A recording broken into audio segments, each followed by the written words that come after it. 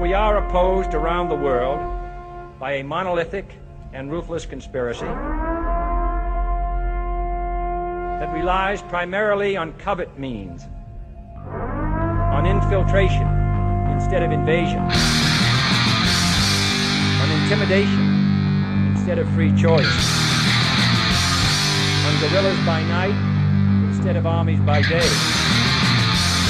There is little value in ensuring the survival of our nation if our traditions do not survive with it. All right, welcome to episode 112, The Abuse Hour. It is I, your host, Coffee Long, coming to you unsupervised, unmedicated, and an unchecked threat to society. So, man, a lot of weirdness going on, as you might be able to hear. I'm recording on back at the pad, a little microphone setup that I had stashed away. I have a few different permutations, man, but it's always hard to see what's going to be the hot cock and what's going to suck, and who can ever tell, and what's going to give you like maximum feedback. That's what I think we're in it for here, is maximum feedback and mic popping and what have you. So I think this week, man, I wanted to hit on some of the weirdness going on, and I mean, it's not any major one thing out there that's really going on, I don't think, but there is enough stuff going on where I think some of the stuff we've seen lately is people just looking at it and scratching their heads and not completely sure what to make of it. And they kind of stemming from that, I want to hit again on somebody had posted in the chat something with that fucking Scott Payne fucking FBI guy. And I guess that guy is just, I want to say making the book tours, but this guy's been shilling his ass off apparently because somebody had posted something in the chat, a little clip of this guy, and I kind of recognized, like when you tell a story the same way, like you got a story about the time you got fucking pulled over or whatever, man, some girl who didn't show up for prom or whatever the fuck, and you got this story, and like the memorable parts of it you tell the same way. Where you're like, yeah, I opened the door and there she is, like just passed out shit-faced with a bottle of Cuervo in one hand. And, so you got this way that you say it. So this guy is like the same fucking way. And I had noticed it because somebody had posted a piece of an interview in the chat and he's talking it up the same way, the same verbiage as he was on that Joe Rogan episode that somebody had, Joe Hogan for, I can't remember who, Lord Marcus maybe, whoever it is, breaking my nuts about my technical unsavviness. But the dude was on there and he's telling the same stories the same fucking way, and I'm like, I wonder if this guy's got any fucking meat to him, man. If this guy's got any other tricks in the bag, like, do you bring anything to the fucking table?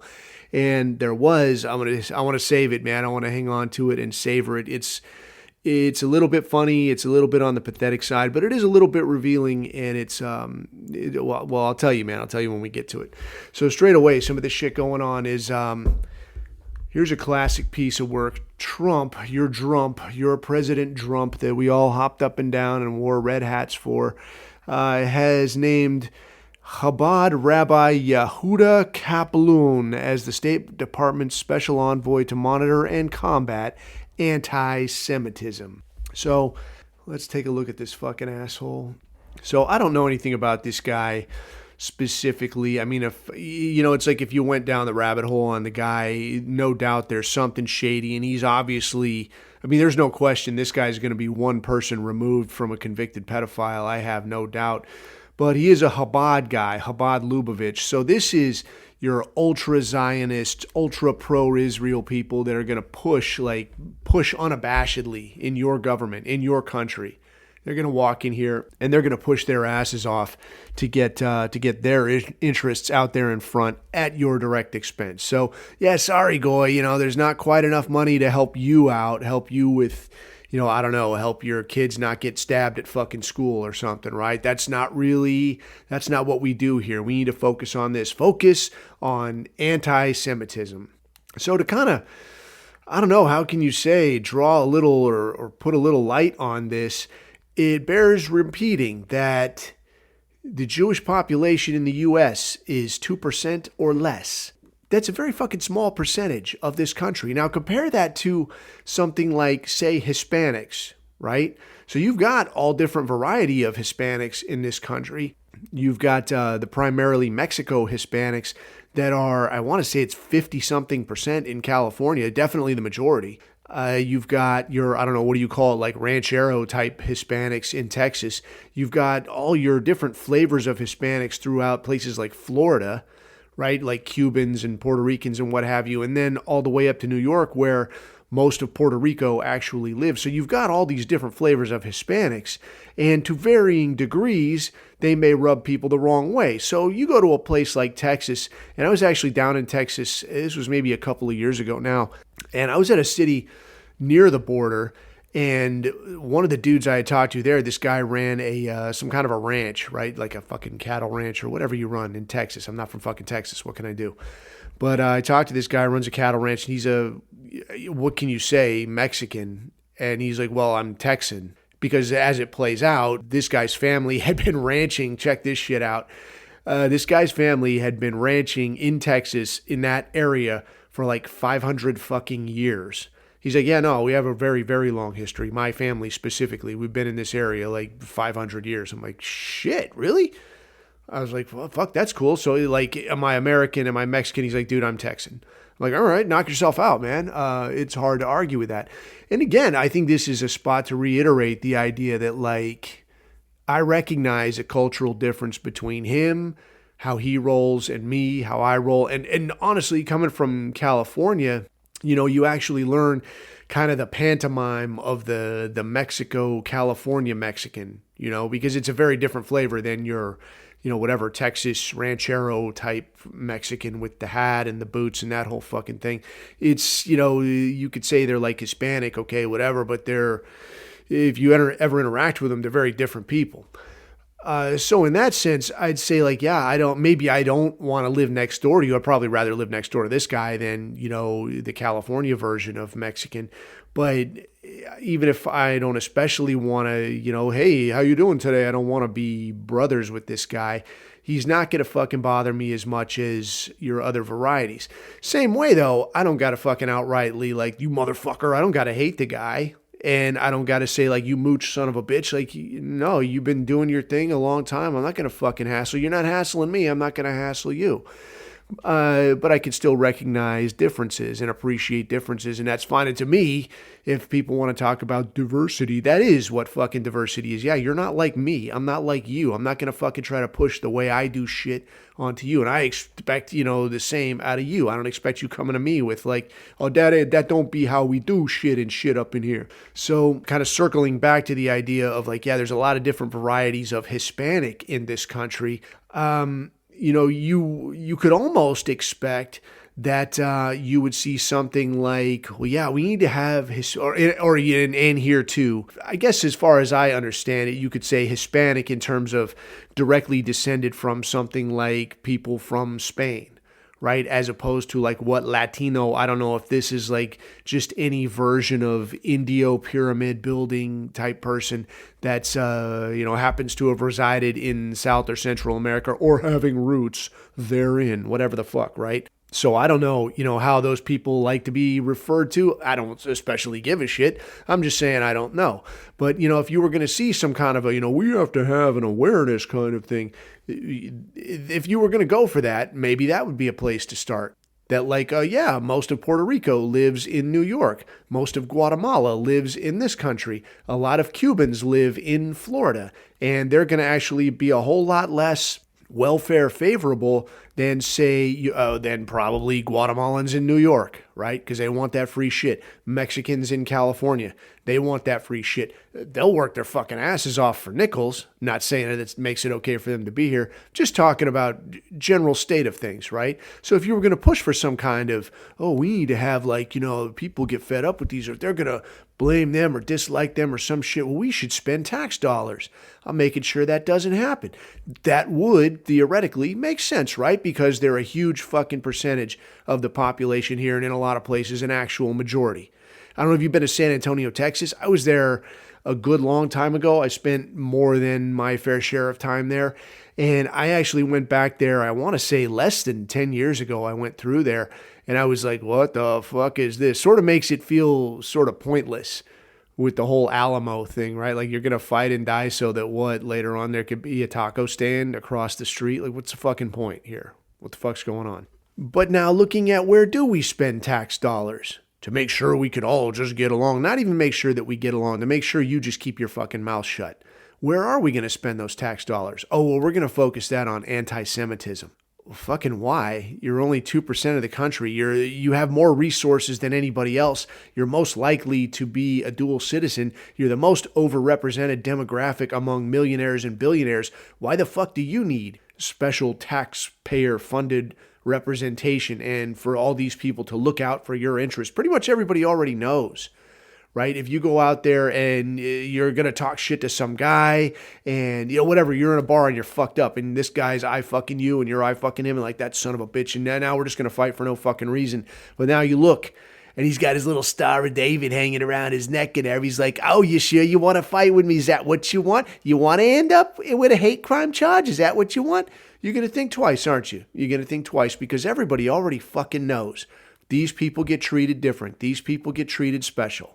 If you get into it with one of these people, you're going to have to actively demonstrate, I didn't fucking know he was Jewish. He didn't fucking say anything. The bottle of Mogan David in his, in his hand kind of gave it away. But other than that, I had no fucking idea. It's like that fucking Uber driver, right?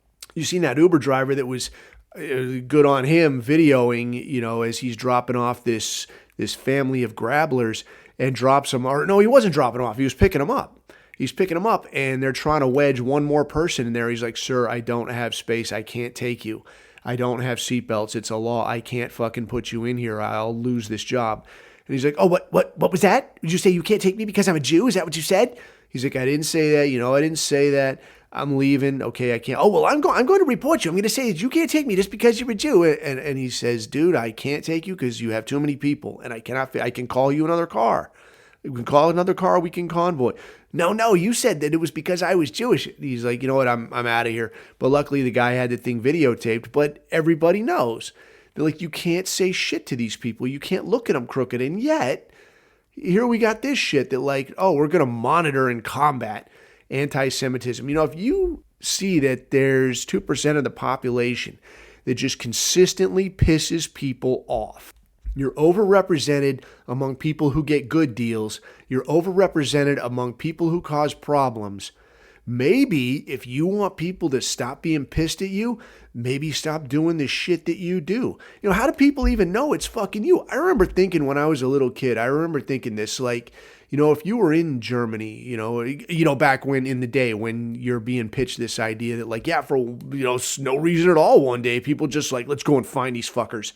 Right. And I remember thinking, like, how do you go door to door and figure out like exactly who these people are? I mean, is it written somewhere? Or like, I know they didn't have DNA tests, so you got to ask? Or why don't they just, I don't know, get a shave and walk around and act fucking normal?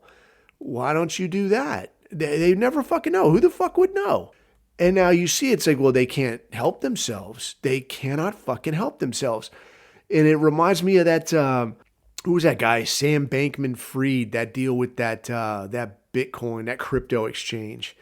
And man, when they told him that like, yeah, dude, you fucking juiced every single person that put money into this. Everybody lost money. Some people are flat fucking broke.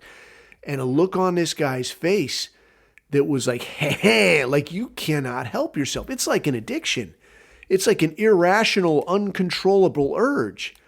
That you see, a functional society and like, I have to milk this fucking thing dry.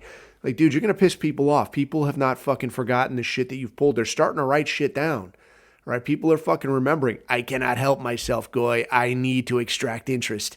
And here we fucking are. So here's this fucking guy with his tiny little hat talking about, you know what? I know you're broke and I know times are hard and I know we're extracting an incredible amount of wealth to set up villas in Spain, but he's got his little fucking hat on, and he's like, yeah, we're going to do this thing, man. I'm going to get in your ass, and your president's going to fucking promote it. The president that you voted for to look out for your interests, talking about, like, when the best you can hope for is like, oh, the working class is going to be represented. Working Americans, the backbone of America, the founding stock. That's the best you could fucking hope for.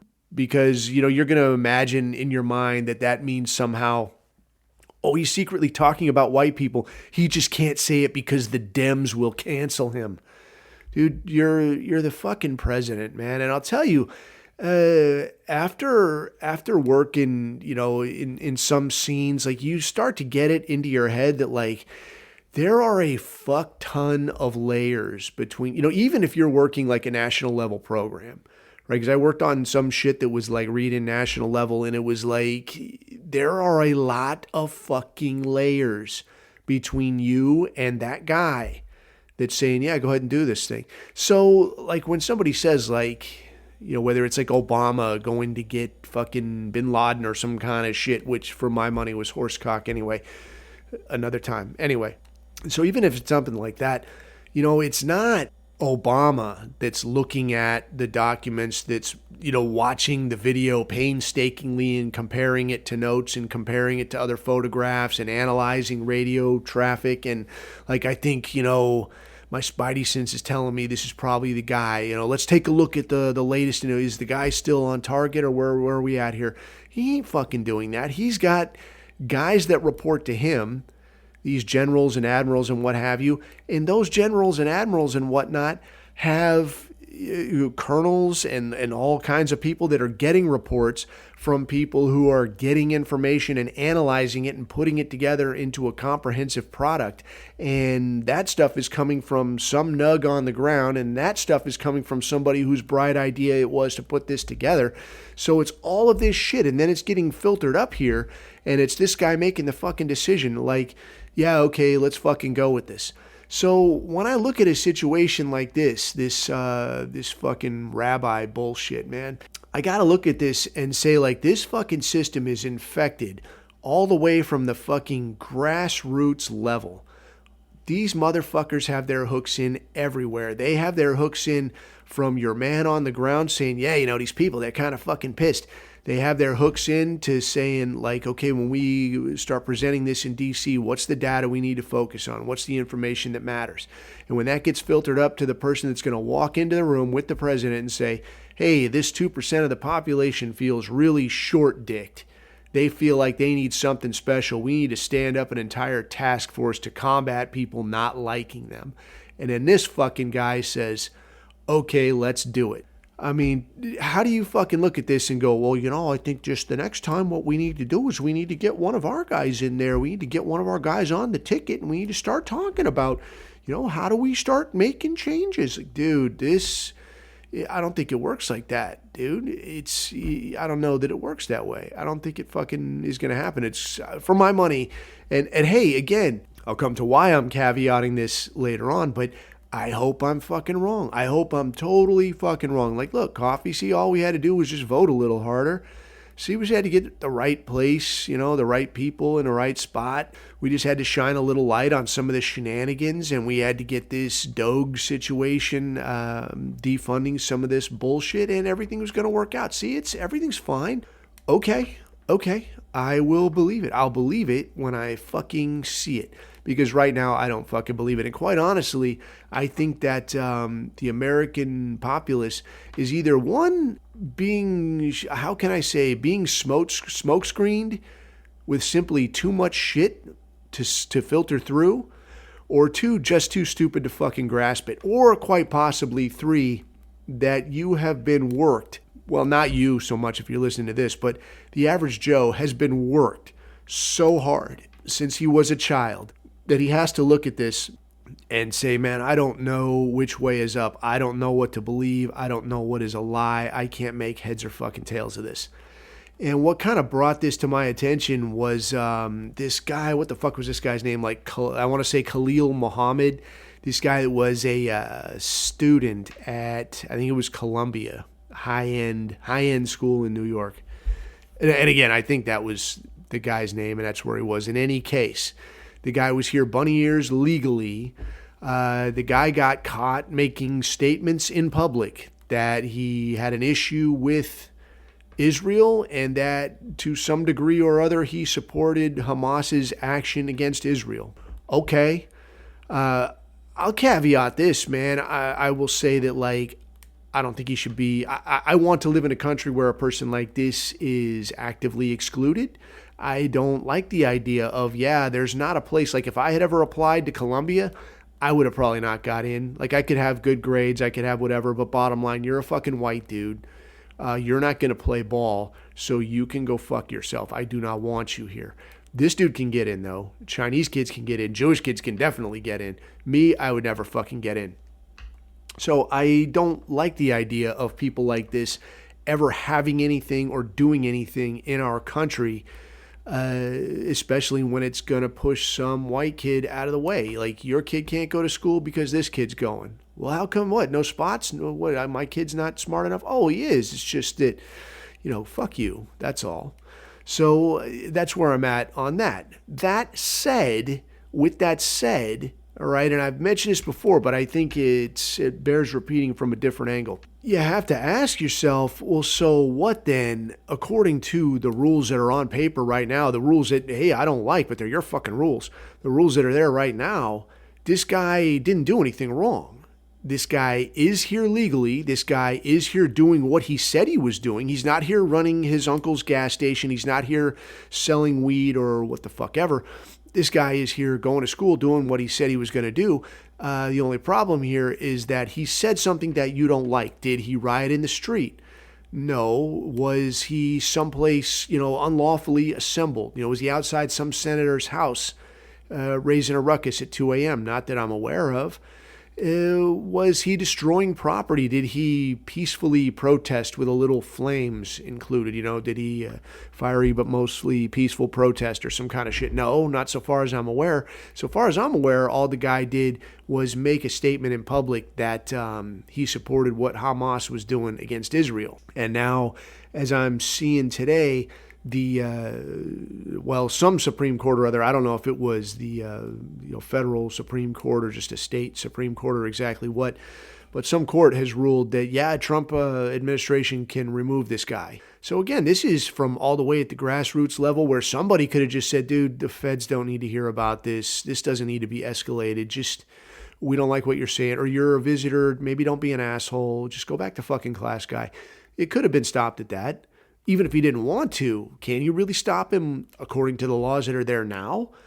I don't really see how, right? Because he's not really breaking any laws. But what we're seeing now is that some Supreme Court or other, some court has ruled that, he could be lawfully removed. He could be kicked out of the country. Why? Because fuck you, that's why. Because Israel don't like what you're doing. Now, I see a lot of, so let me back up a little bit. So why this fucking matters to us is that if the rules don't fucking matter, then what does that mean for you? If you get caught out at a bar somewhere saying, this business of like us paying billions of dollars every year to fucking Israel, I don't like that. I'm glad these fucking Hamas guys are doing what they're doing. You say this in public, now what? What's that mean for you? Well, that's a free fucking country. I could say what I want. This is what I think. Well, not so fast, dude, because look, over here we deported a guy for this shit. Well, we can't deport you because you're a citizen here, but what can we do? Maybe we make it so you need to report for, I don't know, political re-education every day at noon so that it's not going to really be possible for you to hold down a job. Maybe we do that. Maybe we fine you for, I don't know, public disturbance. Maybe we fine you for fucking thought crime, what the fuck ever. Does it really matter? What? Fine you for pissing me off. Maybe it's a mental health issue. Maybe you're, anybody who wouldn't support Israel or would support a terrorist organization like Hamas, maybe they're actually mentally unwell and they need to be monitored for 24 to 48 hours. I hope you didn't have a work shift in between there. Hope you didn't have rent due. Hope you didn't have something you had to do. You got kids? Maybe you need to be monitored, kind of like the UK. Like maybe your kids aren't going to be allowed to see you for a little while because you're a mentally unwell person and you're connected to a terrorist organization. What connected how? Oh, well, connected as in you've expressed material support. Who would express material support who didn't have some kind of connection? I guess you would. I guess we'll have to find out. Maybe a little investigation is in order. You could look at this and say, like, well, no, that's fucking crazy. That would be against the law. Well, where's the law that says you can't speak in public about something and just get fucking deported over it? So I'd already mentioned that, but the kind of follow-on to this was when I said it the first time, I really thought that people would look at it and say like, well, yeah, no shit, dude. Like that sort of goes without saying. And, we'll keep an eye on it, but I'm not going to make too much of a stink because I don't want this guy in the country anyway. That's kind of what, I thought normal people would say. That's what I expected. But what I've seen since is just these, fucking Ameritard fucking boomers just hollering about, see you later. That's what you fucking get, man. You respect the red, white, and blue.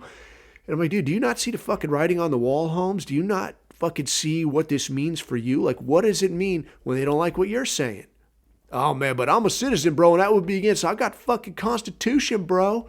Fucking First Amendment, bro, and the First Amendment's protected by the Second Amendment. Yeah, both of which you will get fucking hammered for even suggesting that you have a part of. Like this business of walking down the fucking street with your gun in D.C. Oh, I got fucking Second Amendment, bro. Dude, you are putting a fucking target on your back like no other. What the fuck are you thinking? I actually saw, and I guess, you could make the argument that like, oh yeah, that's Europe, bro. That would never be here. It inches along, man. It inches along. It's like that saying with the fucking, with the camel with his nose getting into your tent. Don't let a camel put his nose in your tent because pretty soon it'll be the whole camel, right? So I saw a video of this guy in Belgium, and he's talking about like, yeah, I have to walk into court because of a meme that I posted 4 years ago. And guess what? When I'm done with that, I got to go back in a few weeks for memes that I didn't even post, but I guess that I just liked like 7 years ago, 8 years ago. Fucking memes, dude. And he's like, meanwhile, up the coast here, people are raping people are murdering people with machetes. Nobody's going to do shit about that. You can do whatever you want, but I have to walk in here because memes. And, you shake your head, you laugh, oh my gosh, yeah, how fucking crazy. Well, how far are we from that over here? Where right now, you could say what you want, you could post what you want, but who's to say they're not keeping track of that shit? Who's to say that, yeah, remember that time that you said this shit in public? Well, yeah, we're not going to kick you out of the country, but here's where we're at on this. It blows my mind that people are so fucking stupid. And yeah, dude, I realize it. Everybody everywhere with a political opinion is like, I can't believe other people are so fucking stupid.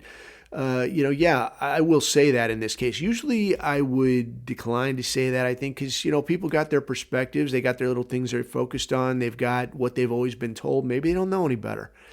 But in this case, when you've fucking seen it, you know what these fuckers are like. You know what these fuckers will do.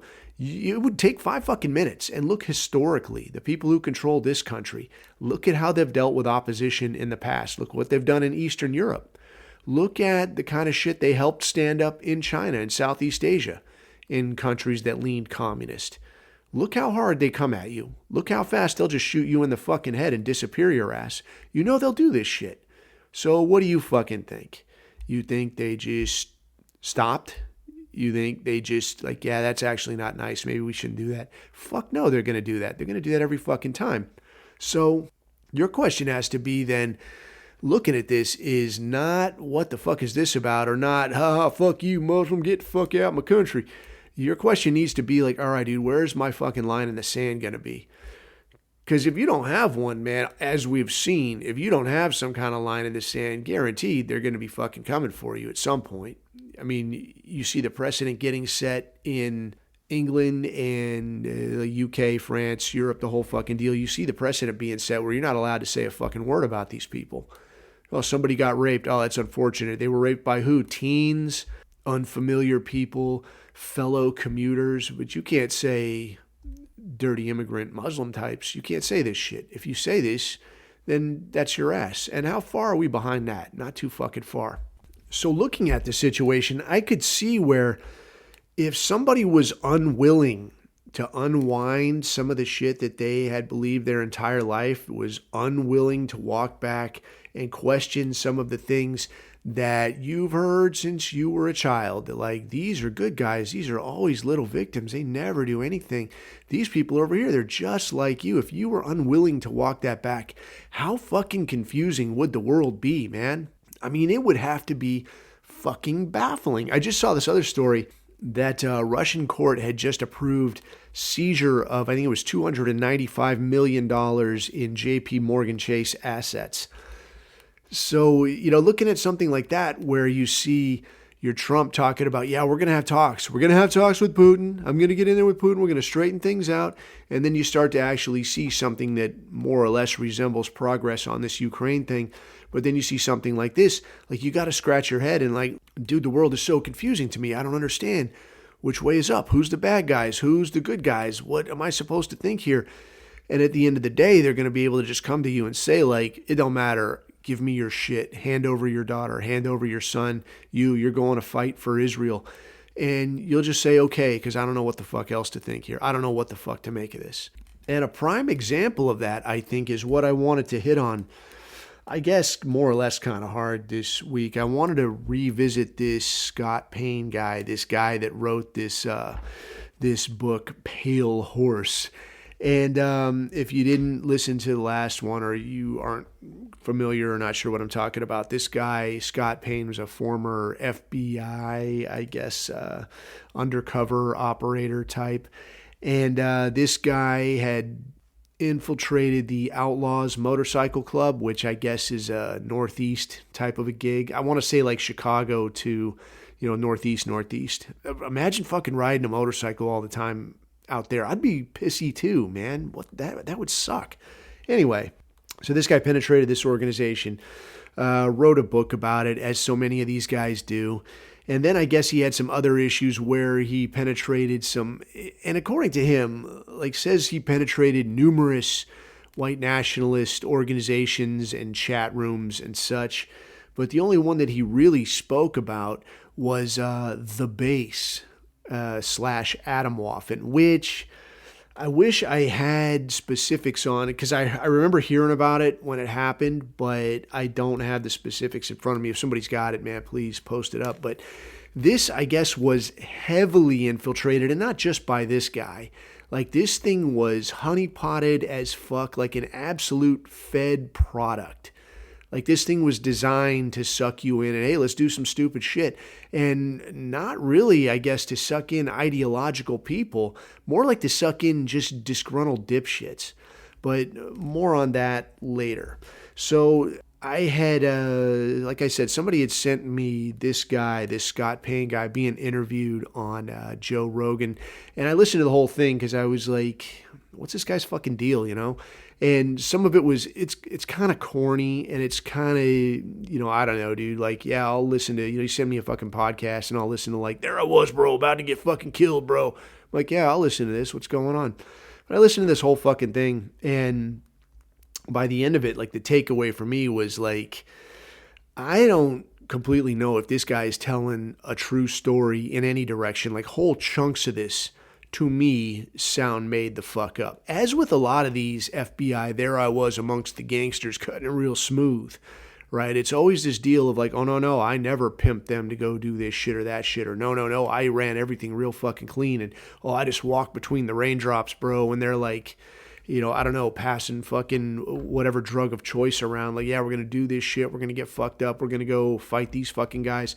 Oh, yeah, but I just coughed, and I threw it over my shoulder or whatever the fuck, and nobody ever noticed, and that's how I run my shit real clean, bro.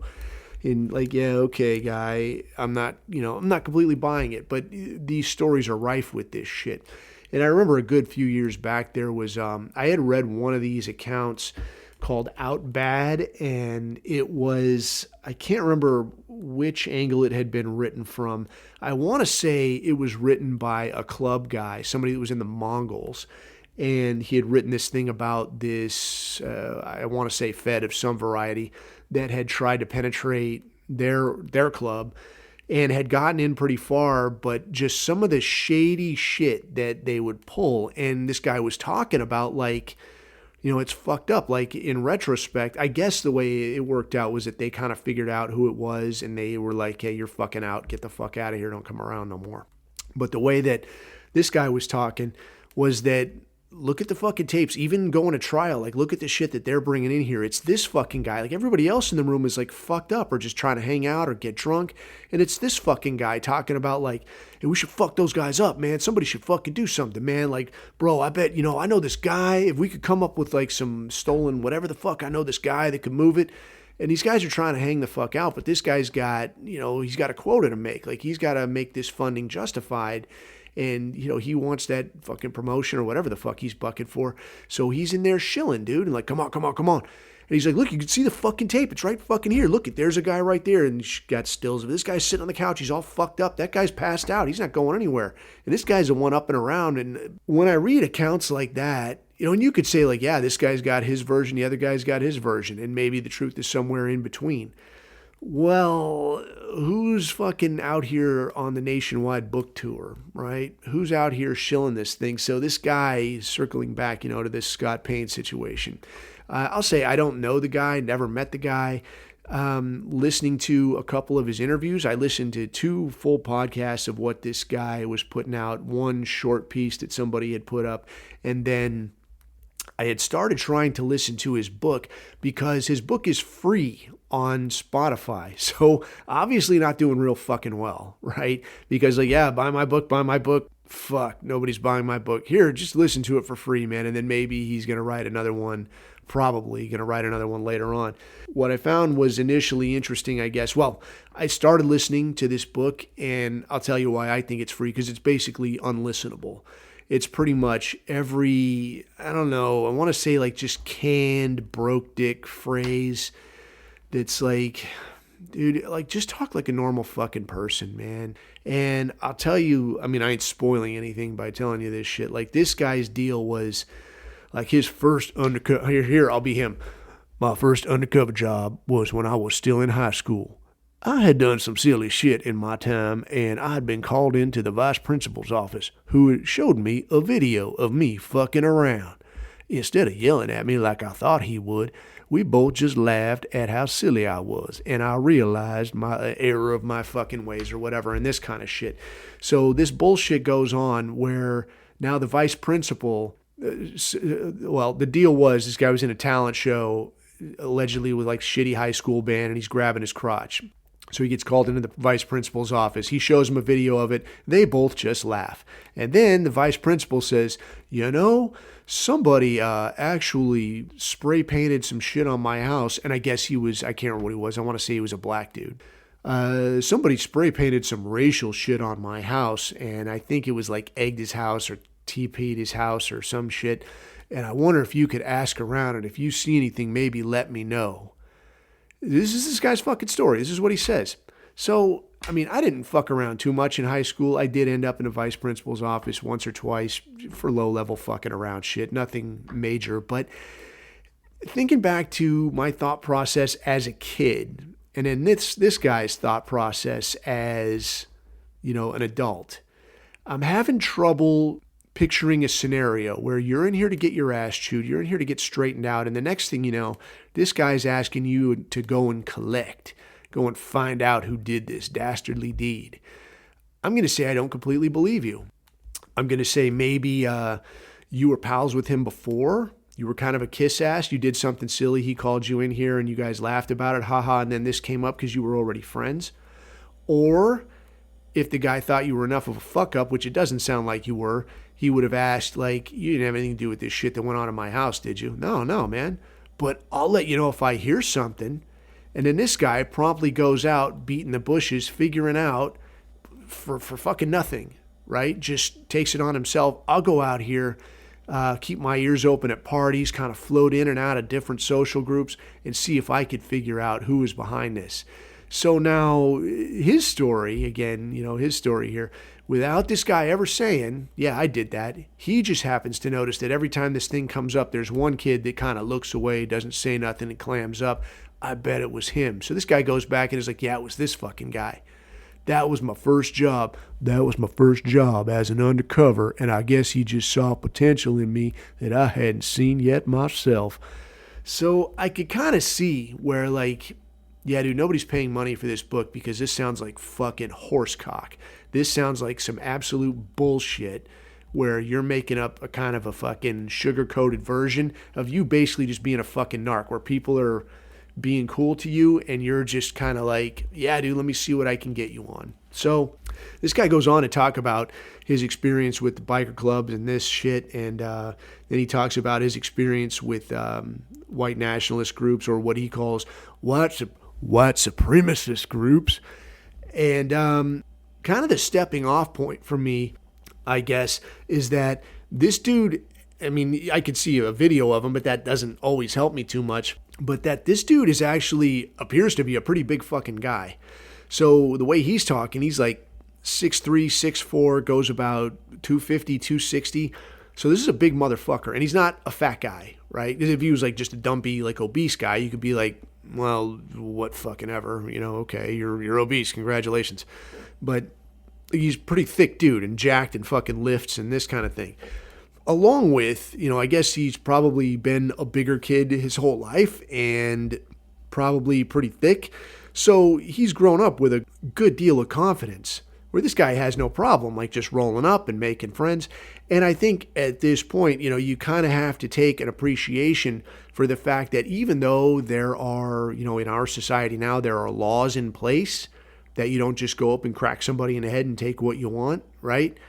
There's still a thing where people respect size and physical power, right? So just like, and I don't know if you're aware of this or not, usually, historically, the taller presidential candidate will win. People just naturally respect that. The taller, more looming, larger, physically more capable person, people are going to respect that. It's just hardwired into your lizard brain.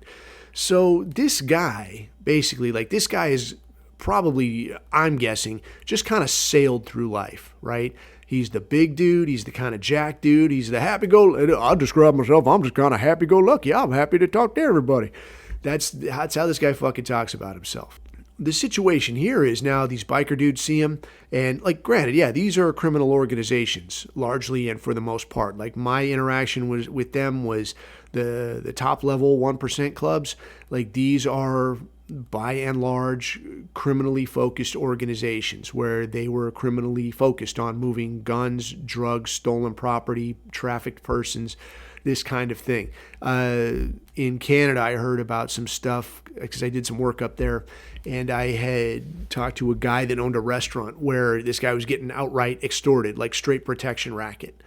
This guy opens a fucking restaurant, nightclub type scene, in one of those sections of a downtown where this is a restaurant, but then it turns into one of these hoity-toity, bitches dress up so you can buy them free shit, this kind of place. And first day this guy opens, he gets a visit from a well-known motorcycle club talking about, hey, we keep everything on the level on this street, so this is what you're going to pay us every week, and that's the news. And it was no bullshit, dude. They were serious, yeah, you fucking pay, dude. Pay or bad shit happens. So, yeah, this is, and again, I ain't speaking to every single person. There are guys in clubs, in what you'd call three-piece clubs, where you look at the back of a cut of a leather vest and you see three components of it, where there's the name, the location, and then the logo and a little patch that says MC, Motorcycle Club. Usually the way that's structured is kind of a recognition symbol for this is a no shit club, we run this area, and whatever their bottom rocker is that's got the location. So if it says LA or San Diego or fucking Chicago or whatever, then they're kind of claiming that area, or at least a section of that area, as this is our spot, we run it. It don't really take too long, I guess, to figure out though, if you're going to do crimes and you're going to have identification right fucking on you, maybe this isn't the best idea, right? So the motorcycle club thing, I think it has kind of ebbed and flowed, because it's kind of hard to get away with anything when you're that blatant. But there were also, there were clubs that were what you call support clubs, or what some dudes call bitch clubs, where it's you'll do some of the low-level hustling, and you'll be protected from on high, but you do the low-level hustling, and if something goes wrong, you're going to take the heat for it, but you're also going to have protection to, get more involved. So you're not going to get fucked with by somebody else trying to come and fuck with you. You're going to be able to make some money on your own.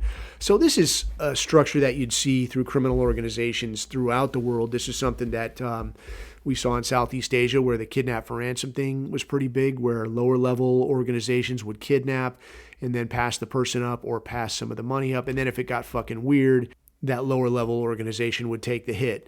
But also if it became where you managed to kidnap a high level or high visibility enough person, like say a nurse from America or a bunch of doctors from UK or something, now that's going to be like embassy level involvement. And those low level guys aren't cut out for that. So they'll pass that up to a higher level organization.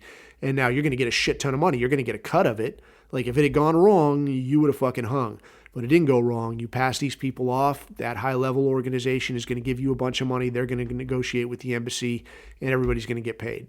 So that's just kind of the ebb and flow of that. But this biker organization thing, this guy got in with the Outlaws then, and for him, easy day, right? Because you're a big dude. 2, you're an outgoing dude. 3, you don't have a criminal record. And that is something that he neglects to fucking mention. Because any of the interactions that I ever had with these people, and like granted, like the way my interactions went, it was like they knew I was in the military. They knew I was a special ops guy. So it was like, I know this guy doesn't have a criminal record, and I know he can be counted on, and I know he has some capabilities he could probably pass on or teach to guys here. The not having a record component of this is fucking huge in that world. Because now you're a guy that they can, like, you're going to do this shit. You're going to carry this shit. I don't know you fucking have it. You're going to go and meet with that guy. You're going to go pick up this stuff. All of this shit is going to fall on you because you're fucking clean still. You could take a lot of hits before you're fucked. But this is why they're recruiting the way they do. So when they got this guy, I think really wants to kind of, man, he talks about how humble he is, like constantly telling you, man, oh, a lot of people did a lot harder stuff than me, man. A lot crazier stuff than me. I'm just a guy out here. I'm the one willing to talk about it is all. But this dude, kind of fails to put some of the credit where it's due, I think, and say like, yeah, dude, it was easy for me to get in because when they do run a background check on me, and they do, at that level, at that 1% level, they've got people. Like they're going to be, somebody's banging some girl at the DMV. Somebody is banging some girl that works at whatever, the local police station. Somebody's got somebody paid off somewhere. These are fucking facts. So a background check is going to happen. And when they find out, like, yeah, this dude doesn't have a fucking record at all. He's a fucking clean citizen. He just happens to be hanging out here, wherever we're hanging out. In this case, I guess it was a strip club. So he's hanging out here. And yeah, hooray for me. I'm getting in with these guys. Of course you're fucking getting in with them, man. You're fucking like picture fucking perfect, right? No record, jacked, fucking outgoing, and apparently, and I'm sure willing to fight. Like, do not fucking try to tell me that this dude went out and didn't beat the shit out of anybody ever. Like, I know you fucking did with an organization like that. But again, like he'll pitch you this clean cut fucking deal. So shifting over when he starts talking about like that whole thing, when he's talking about the club thing, he's talking like there's some genuine regret. Like he genuinely regrets, I think, some of the guys that he rolled up. And he's talking about how close he was to some of the guys. And again, one of these phrases that came up again and again was, one guy that I was real close with, like we were like 2 peas in a pod, man, finishing each other's sentences. We lifted together. And I think all the time, man, like different circumstances. I mean, we might be brothers, working together. And I was like, dude, yeah, we get it, man. You're gay for this fucking guy, but whatever. So talking about the club scene, like he was obviously very close to these dudes. And this is where I think it gets kind of fucked up because a lot of cats in that scene, like these are, some of these are good dudes. Some of these are just hardworking dudes. Some of these are dudes that don't feel like they have any options. Maybe some of these are guys who did time and are like, I don't really have anything except what I know how to do already. It is what it is. But for the most part, like these are fucking hard characters. Like these are hard fucking dudes. These are fucking criminal types, dude. These are motherfuckers that will bury you someplace. These are not fucking lightweights. So when I hear this guy talking about how cool he is with them, and now he starts talking about white nationalists, or again, in his words, white supremacists, man. He's fucking white supremacist, bro. It's like a fucking cartoon. Like this guy goes straight into it, and according to him, he tried to penetrate or did penetrate several white nationalist chats, organizations, groups, several meetups. The only one he really talked about was the Atomwaffen thing, which again, I don't have the inside baseball on that, but as I understand it, like this was an organization of absolute fuck-ups designed deliberately to be an organization of absolute fuck-ups. Like this thing was, again, as I understand it, as I had heard it, like this thing was like Fed sponsored to suck in some of the shittiest people you can find and basically paint it like, look, this is what white nationalism gets you, like a bunch of screwballs, a bunch of secret closet gay dudes shooting at each other. This is what it is. And this dude was right on top of it. But the way this guy talked about it, though, was this guy had no problem stepping right up and saying, like, yeah, dude, all of them, these white supremacists. And again, dude, I don't know how many times I've heard when people say white supremacists, I'm like, dude, I'm never the one saying, like, we should be ruling these fucking people. We should be calling the shots and they should be doing my bidding. And no, if you want to talk about supremacy, I mean, you got your Jewish population to look at. These people fucking run this fucking country and they're still complaining like they want to tighten you up if you've got an opinion about it. Tell me that's not supremacism. What do we fucking talk about? We just want to be fucking left alone. And that's what's crazy about this guy is he's talking about like, yeah, some of these guys are talking about these crazy ideas. Like some of these guys think the world's flat. Some of them think the world's hollow. Some of them think there's like 10-foot tall Hyperboreans just waiting to come to the surface. And I'm like, dude, you don't really get the meme jokes, do you? Like it's funny because we pretend it's true. There might be some fucking kooks out there. I don't know. I mean, there's people out there that think a lot of shit. There's people out there that think they're Napoleon.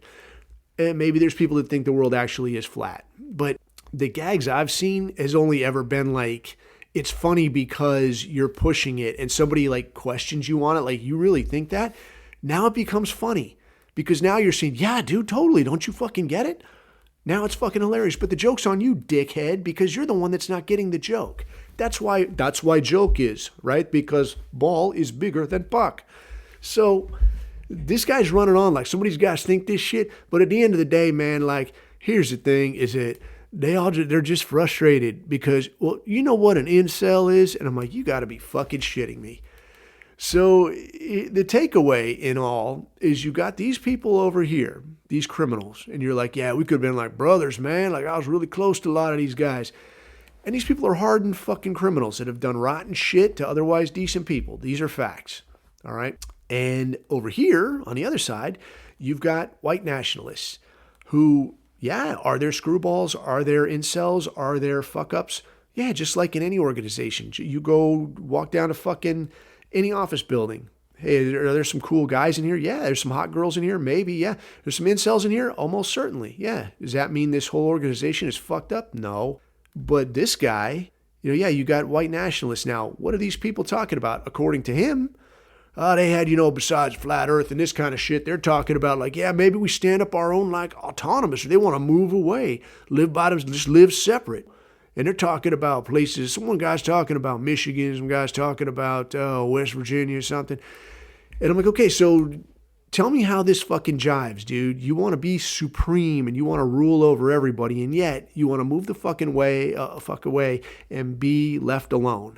How does that jive in your head? Well, it doesn't really have to jive in his head because he goes on to say, yeah, most of them just incels, man. They just can't get a girlfriend. And he is talking about this siege thing, which I know these fucks talked about this crazy shit. We're like, oh yeah, we're just going to get our rape on. And I know that was a gag for a while where I can't remember what the chats were. Like some of these fucking skull, whatever the fuck it is, this kind of shit, where some of these guys were doing this kind of talk. And I don't know if it was half serious or half joking or exactly half fucking what. But I mean, yeah, it's fucking retarded. And bro, it's a fucking siege-fed honeypot, dude. What do you think they're going to be talking about? They're going to be talking about Fed shit. They're going to be talking about committing crimes. Well, rape's a crime, so far as I'm aware. But so far as this guy is aware, is like, yeah, that's just an indicator of nobody here can get laid. Nobody here can get a girlfriend. I got a woman, but I ain't going to share her. Like, what the fuck is this, dude? So what kind of set me off about this was what you typically see in white nationalist circles is that these are dudes who are, for whatever reason, frustrated with the way things are, whether that's because you're the smartest fucking guy in the room and you're surrounded by fucking retards, or because you really are kind of a fuck up, you don't have your life together and you can't quite figure out why maybe these guys got answers. but you are surrounded by people who are looking for something better. You are looking for something better, and these are guys who are willing to sacrifice to at least some degree to make that happen. So what does this guy do? Nothing. And he's coming at it from a place of, yeah, dude, life's always been pretty casual for me. I'm the big guy that everybody respects. I'm friendly enough. I don't have any hangups. And, this guy probably hasn't had too many shitty days. This guy probably hasn't ever been like excluded from anything. But now he's got no problem looking at these dudes and like, fuck these guys, right? And his fucking message is, yeah, I'm part of, what the fuck was this organization he's saying he's part of, like Disassemble Hate or some kind of basically like plugging you back into the matrix and like, let's get you back with the program, guy. And I want to ask this dude, like, how many black dudes do you got in that organization? How many Jewish people do you have in that organization? Or is this just an organization for white people to learn how to hate themselves again? Because that's what it sounds like. Because this guy's talking about, nah, man, hate, that just takes up so much energy, man. Nah, hey, you want to put love out. That's the frequency you want. He's one of these fucking clowns.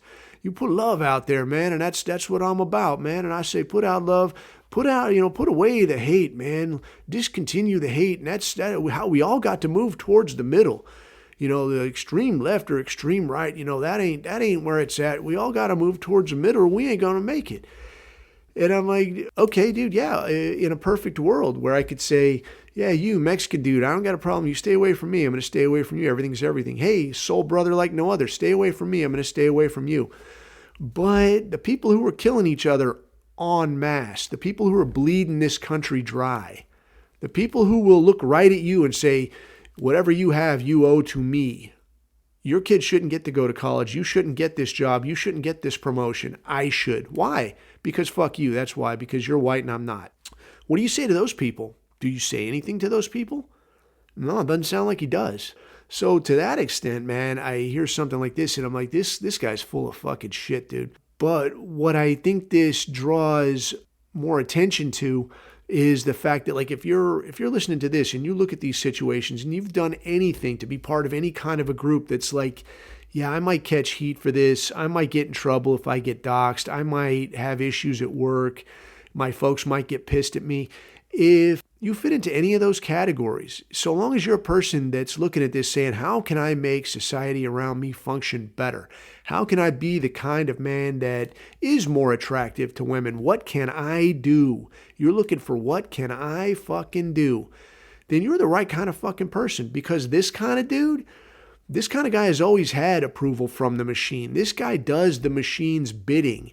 And this guy is a very effective tool for the machine. And I do mean tool.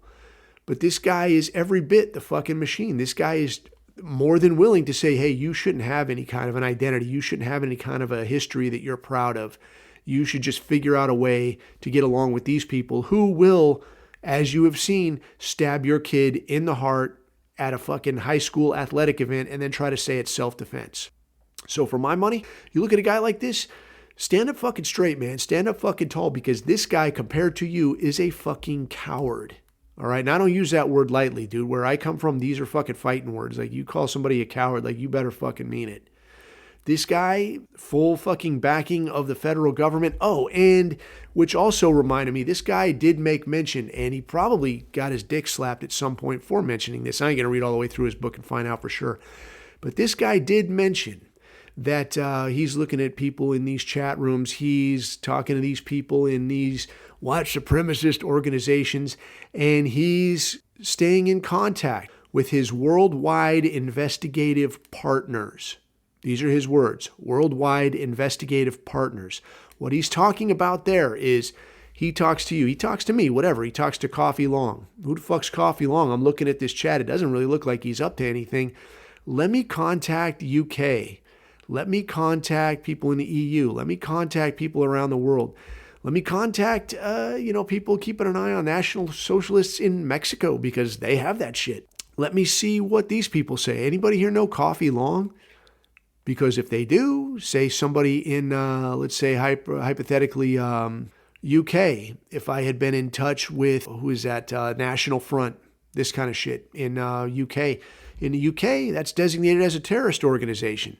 So now, If I do anything for them, if I say, hey, here's how I set up my chat so that, we screen for feds, or here's how I do interviews to see if guys are worth having on or having out to this little get together. Here's how I do it to sort of rule out any ne'er-do-wells. Okay, at this point, I'm offering material support to a designated terrorist organization. So I would be on a watch list in the UK. This is somebody that offers these guys material support, tells them how to do things, tells them how to avoid us, how to stay safe, whatever. This guy offers them support. He would bounce that back to this guy, to the FBI guy here, and say, yeah, this guy's a material supporter of a terrorist organization. Okay, all I needed to know. So now, instead of just looking at my chat and saying like, well, you don't really say nothing, you don't really do nothing, this guy can go down the rabbit hole on me. Who all does he know? Who has he ever talked to? What kind of places does he go? What kind of things does he buy? And now they could start looking at if this guy has ever done anything that we could call remotely questionable. We can drag this guy in here. And you might say like, oh, no, they would never do that. That seems like a bridge too far. Again, this guy's own fucking words, where there are hotlines and shit set up where he himself says he has had to go out and interview somebody that was referred that thought they were kidnapped by aliens or lizards or some shit and had their eyeballs replaced with some kind of lizard crocodile eyes or some kind of shit. I have to actually go make contact with this person. It's what we have to do. So if they have to do that for somebody is just fucking nuts and talking out of their ass, what do you think they're going to do with you? You think they'll just maybe make contact with you and go, it's cool, sorry to bother you, just checking. You think that's going to happen? Or do you think they're going to watch you from afar for a good long while? Based on everything we've seen so far, and based on the direction everything is going, I would say, yeah, you could count on being looked at for a good long while. So again, I want to reiterate, if you're taking any kind of stand for yourself, any kind of stand for your people, for your history, for your heritage, you are a fucking big balls motherfucker. If you're ever willing to stand up and say, hey, not so fast, you are a brave person. And a guy like this, who's always had it fucking sailing his way, always had full support and funding, fuck this guy. This guy will fucking crumble as soon as the machine wobbles just a little bit. So keep doing what you're doing. I think that said, then next time I want to revisit this Mary Fagan thing, because I'll tell you what, I found the notes to the original podcast I did on that, and the notes were much more detailed, and I was so fucking pissed when it went away and I couldn't find it to repost it, but I did find the notes. So I'll revisit that and I'll talk through some of those things. I won't present it all in its totality, like before, because you could just go back and listen to the one from a year ago and hear all about that shit. But yeah, that should be a good time, because there's nothing like Hebrew child sacrifice to get the blood going. But in any case, I'm gonna get cracking. I got fish to fry. It's starting to warm up outside, and I got chores to do. Got to get things in order. But you, until we talk again, you get out there, keep your eyes on the horizon, keep your neck out of the noose. I've been Coffee, and these are my takes.